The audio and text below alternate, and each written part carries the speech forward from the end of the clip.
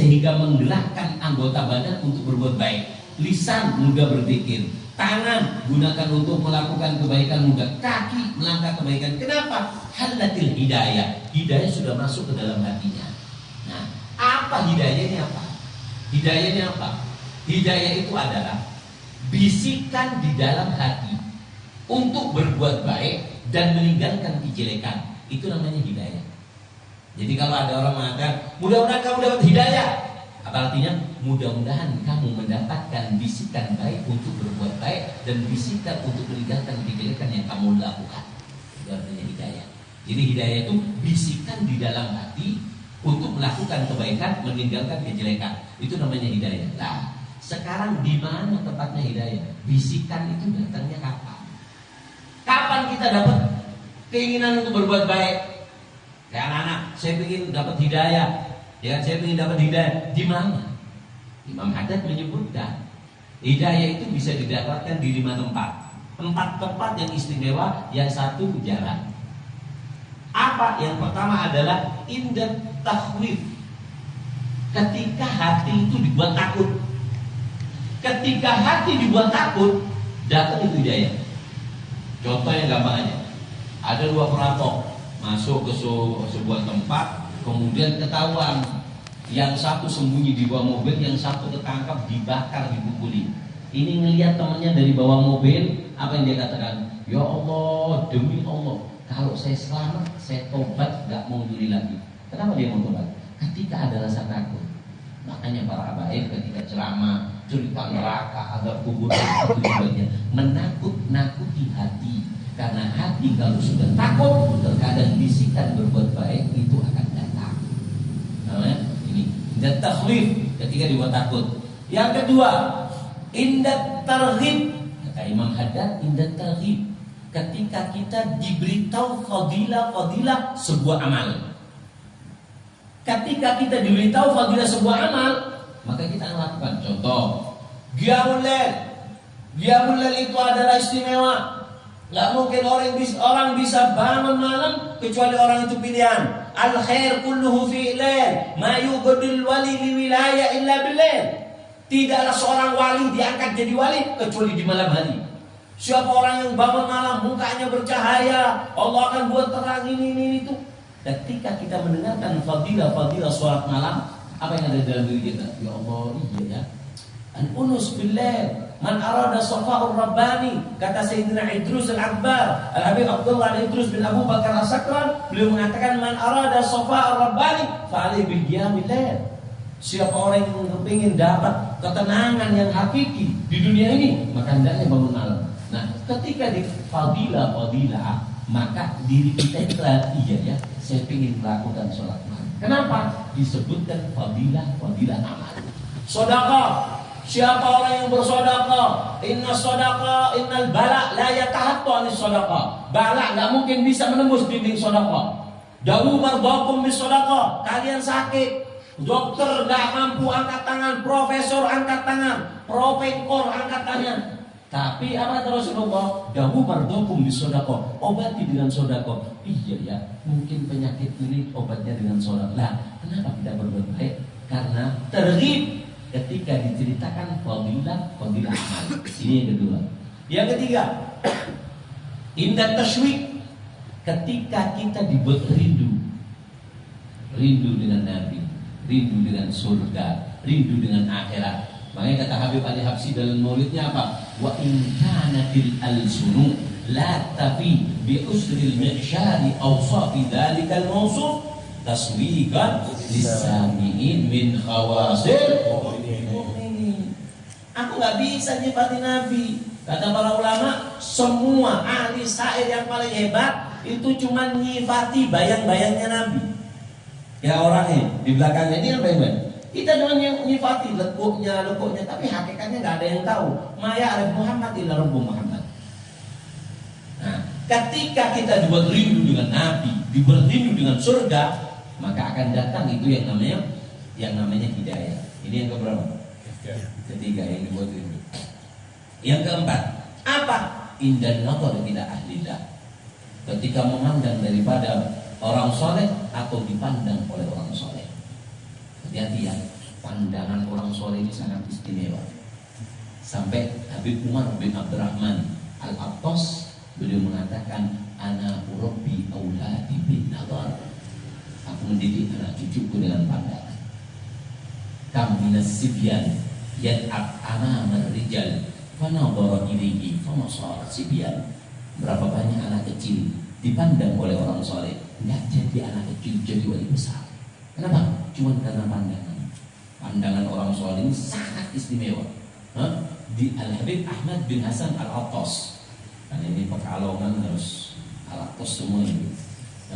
Bisa kualat jadi kata anak di sini kalau tidak kita Al-Attas. Allahumma shalli ala Muhammad. Habib Salahuddin Al-Kam, mudah-mudahan Allah berikan kesehatan. Amin. Jadi kalau di beda itu mana cerita Al-Kam. Allahumma shalli ala Muhammad. Al-Habib Ahmad bin Hasan Al-Attas, beliau pernah cerita dalam majmu' kalam beliau, bahwasanya dulu beliau kan pernah belajar di Mesir. Itu ada seorang aulia, ini menunjukkan pandangannya orang soleh. Pandangannya orang soleh ini sangat penting. Ada satu orang soleh diremehkan, duduk di pintu gerbang Azhar. Kemudian ada dua orang ngomong, ini katanya orang soleh, jadi soleh, nggak muka, nggak nampak. Coba anak pergi ngetes dia ilmu agama, ilmu VG, tahu nggak? Jangan sok surbanan tok kayak Sarimi, kayak apa-apanya Sarimi. Ya iklannya Sarimi lain. Akhirnya apa? Anak mau tes, tahu nggak dia? Anak kan dagang ikil ulum, anak akan tanyakan detailnya, ilmu anak akan tanyakan. Ini orang soleh itu dua keadaan, al-basat wal ghabd. Kadang dalam raksy, kadang lagi dalam keadaan ghabd, marah dengan dekat. Jadi kata ini. Akhirnya ini langsung ngomong, "Wali ya Syekh, anta tasum haulan nas yasmak annaka wali." Mereka nyangka dia wali. Kalau ana bahas alak soal. Ini dalam keadaan gobet. Langsung ngomong, "Wali ya fulan, ini mau tanya. Jangan sama anak. Ente tanya semua masalah ente dengan orang yang saya tunjuk. Pertama kali yang lewat di gerbang Azhar, di luar Azhar ini, siapa itu saya tunjuk. Tanyakan dia, anak akan transfer." Ya salam, ya di transfer. Tak bluetooth. Anak bluetooth ilmunya anak orang itu. Subhanallah. Datang orang itu yang lewat apa? Orang kafir. Orang kafir ya. Di Mesir itu Masya Allah ya. Di Mesir itu, di gerbang Mesir itu ada tulisan apa? Midluka kathir. Dan ini yang namanya kota Mesir apa? Midluka kasir, yang seperti kamu banyak. Jadi kon bajingan usil kopi soco, ya anu bajingan di kon bajingan aja.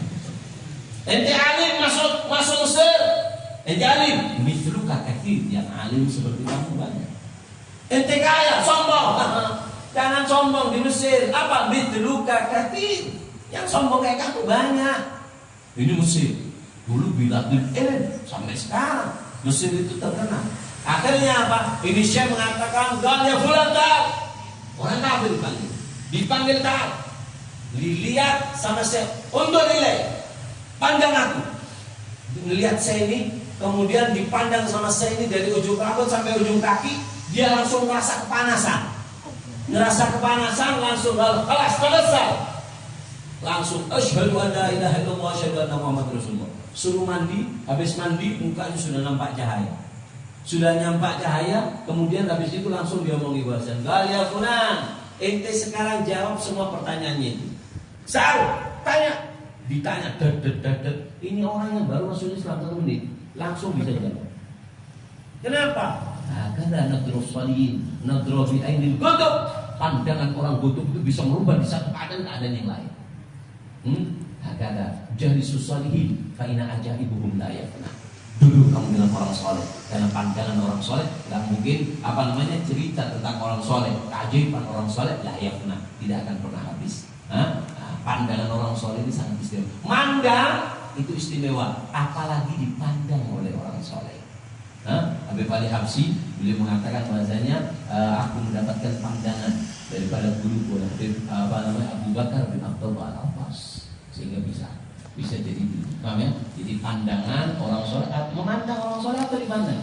Main kita lihat para habaib, di rumahnya pasti di situ ada foto-foto. Apa kerja? Supaya mandang mereka. Habib Umar, guru saya pernah mengatakan bahwasannya, apalagi jika kalian punya masalah tidak bisa diselesaikan secara akal, maka solusinya cuma satu. Apa? Pandanglah fotonya orang-orang saleh.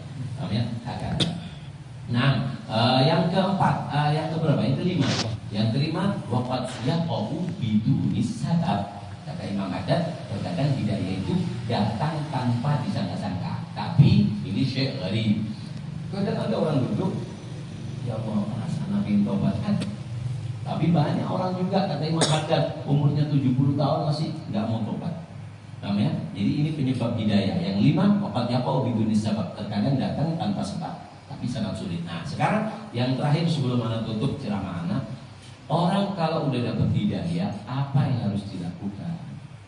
Karena banyak orang kalau hadir pengajian dapat bisikan, ya kan? Ketika kita datang dengarkan cerita habaib, dengarkan lihat pandang orang soleh, kita akan Allah, anak pengen sholat tahajud, anak pengen berbuat baik. Tapi hidayah itu terkadang kita pulang bocor. Apa tadi ya? Kenapa? Hidayahnya bocor. Makanya orang kalau udah dapat hidayah, 3 hal yang harus dilakukan. Kata Imam Haddad, 3 hal. Yang pertama, taqwiyatuh, dikuatkan hidayahnya. Bagaimana cara menguatkannya? Yaitu dengan zikir, duduk dengan orang saleh, tafakkur. Ini adalah sebab untuk hadir pengajian. Ini menguatkan, menambahkan hidayah. Karena hidayah itu bisa berkurang, bisa keluar dengan melakukan kejelekan, kemaksiatan. Bensinnya kurang. Kalau udah bensinnya kurang, kayak sekarang. Ini kan lagi rame mobil listrik. Ini jangan cuma beli mobil listrik bagus, ini mikir ngecasnya di mana. Iya kan? Ya kayak kita terkadang hidayah nggak ada, ngecas tengah jalan, disuruh, didorong, kita nggak bisa. Kenapa? Karena orang ibadah itu nggak perlu jasa, ibadah itu perlu hidayah. Coba ini cek, petinju suruh push up 100, tangan satu buat nih. Sholat subuh 2 rakaat nggak bisa. Kenapa? Yang bisa, yang sudah pelat-pelat 40 tahun ke atas, itu 70 tahun kuat. Kenapa? Karena ibadah nggak perlu tenaga, ibadah perlu hidayah. Bitaufiqihi soro muti'u yuti'uhu. Dengan hidayahnya orang bisa melakukan ketaatan kepada Allah Subhanahu wa taala. Jadi perkuat. Yang kedua, gimana caranya? Hifdzul, dijaga. Hidayah yang kalian dapat ini dijaga. Karena yang mengurangi daripada hidayah itu ada 2 perkara yang bisa mengurangi hidayah kita. 1, al-maksiyah, kemaksiatan. Kita udah ada pengajian, suka ngeliat gambar yang jelek, sering melakukan yang haram. Apa? Kurang. Kalau kita pulsanya nggak cukup, nggak bisa download pengajian nanti. Kenapa? Kuota internetnya nggak cukup, sehingga untuk dibuat jalan ke pengajian nggak nyampe. Tahu ya? Nah, ini maksiat mengurangi daripada hidayah. Dan yang kedua adalah mujalasatu su, duduk dengan orang jelek. Duduk dengan orang jelek itu menarik, mengurangi daripada hidayah. Namanya ini yang mengurangi hidayah. Jadi kalau udah dapat hidayah kita harus 3, dikuatkan, dijaga. Yang ketiga adalah ijabatuhu. Kata Imam Haddad, didatangi dong. Kata Sayyidina Syekh Abu Bakar bin Salim, la tujibi usalihati ila ghadila ala ghadiyati wa anta billadi. Jangan ditunda. Tadi katakan wali itu diangkat jadi wali malam hari. Khas malam ini anak mau tahajud. Mulai malam ini anak mau tahajud. Akhirnya apa? Ya Allah, malam ini bal-balan. Khas bukro malam Jumat. Sekarang masih malam Kamis, asal bukro aja. Nah, tahajudnya bukro. Sekarang lihat bal-balan. Kawan, ente besok nggak mungkin ada keinginan untuk tahajud. Kenapa? Kalau sudah datang itu hidayah, ijabah tuh, datangi langsung. Jangan ditunda. Jangan ditunda, karena menunda itu penyebab daripada batalnya daripada semangat kita. Dan ini usahamnya tawalna fil kalam usahamnya habis ma nastahiq natakallama ma'akum walakin narju nadhara minkum musibah wa habaibuna. Assalamualaikum warahmatullahi wabarakatuh.